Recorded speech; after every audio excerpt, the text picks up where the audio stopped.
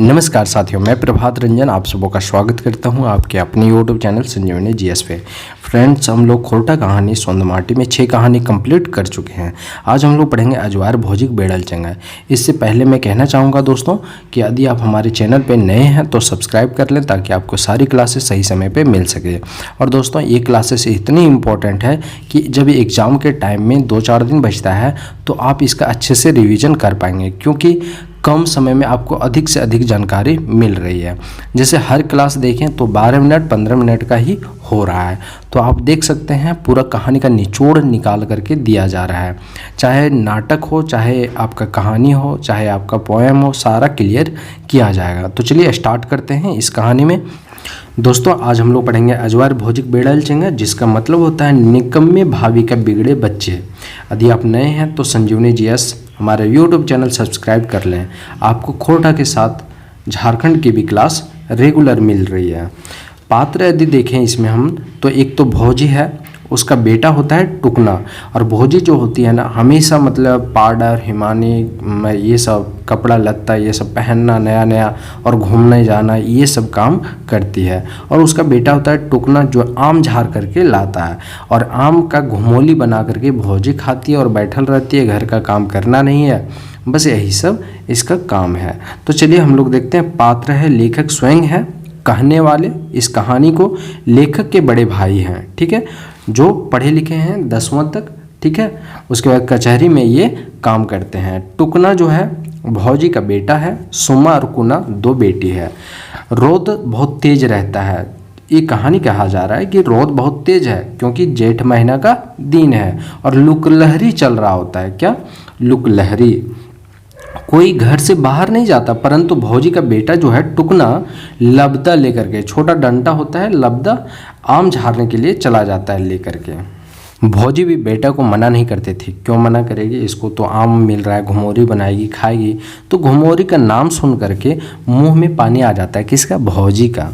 भौजी जो है घर में किसी को गिनती भी नहीं थी। ये तो खुद दबंग थी घर में, मूवी में काम कर चुके थे। दबंग मूवी में आप लोग देखे ही होंगे।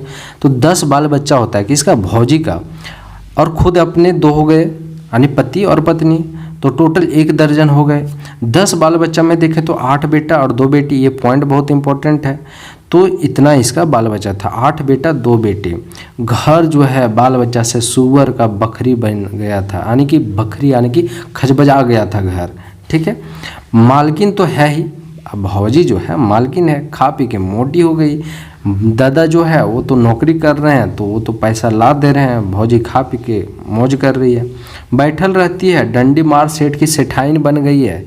डंडी मार सेठ होता है जो तराजू राजू मारने का काम करता है, सामान कम देने का काम करता है, तो उसी को बोलते हैं। तो डंडी मार सेठ की सेठाइन की तरह बैठी रहती है भौजी। दादा जो है लेट से घर यदि पहुँचे 4-5 बजे तो भौजी का गुस्सा एड़ी से कपार चढ़ जाता है। भौजी गुस्सा हो जाती है। भौजी फरमाइश का जीन्स नहीं लाए तो, यदि भौजी फरमाइश का जीन्स नहीं आया, भौजी जो फरमाइश कर दी कि हमको ये चाहिए जीन्स, तो नहीं आया, पाउडर जो चाहिए नहीं आया, तो सोचे मुँह बात नहीं करते थे, खाना भी नहीं खाने देती थे।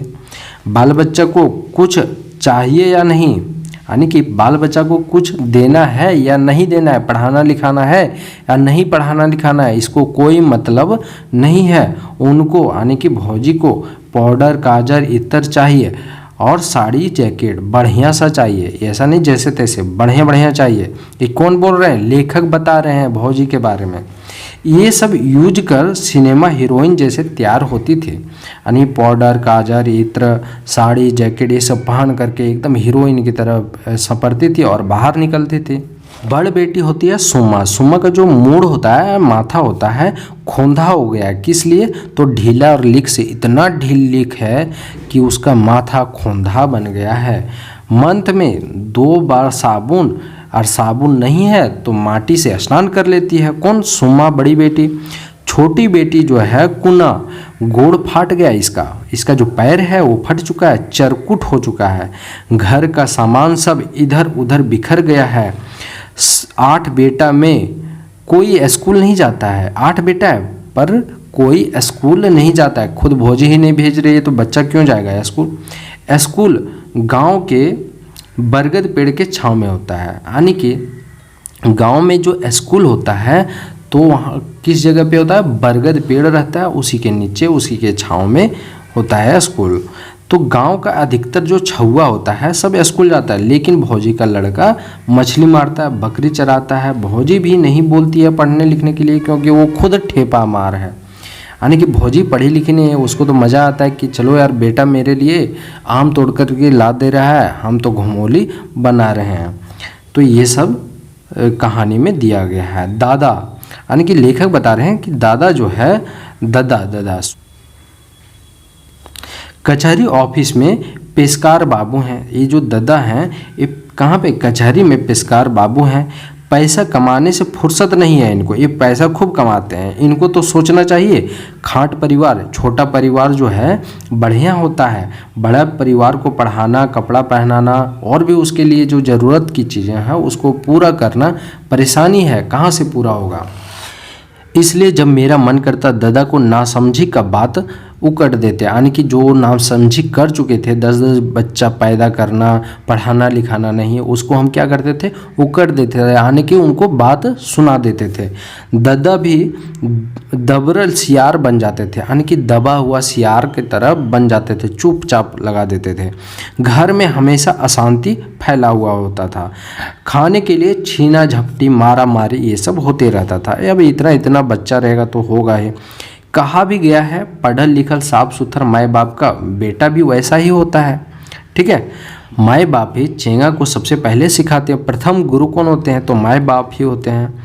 बीते बच्चर यानी कि पिछले साल ही हमारे कॉलेज की पढ़ाई लिखाई सिरा गया, यानी कि मेरा, यानी लेखक बता रहे हैं कि मेरा जो पढ़ाई लिखाई था कॉलेज का वो ख़त्म हो चुका था पिछले बच्चर। घर में रहने का समय मिला, घर गए तो देखे अली बाबा का ढाबा बन गया था।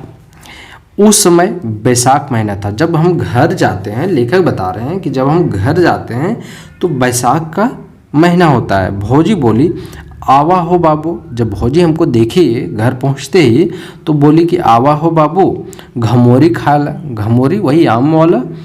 तो एक बेर खेबा तो उंगली चाटते रह जब। ऐसा कि कौन बोल रही है, तो भौजी बोल रही है।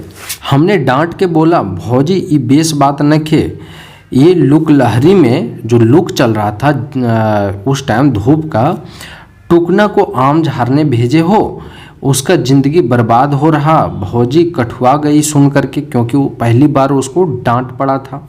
ज़िंदगी में पहली बार भौजी को डांट पड़ा। किसके द्वारा, लेखक के द्वारा।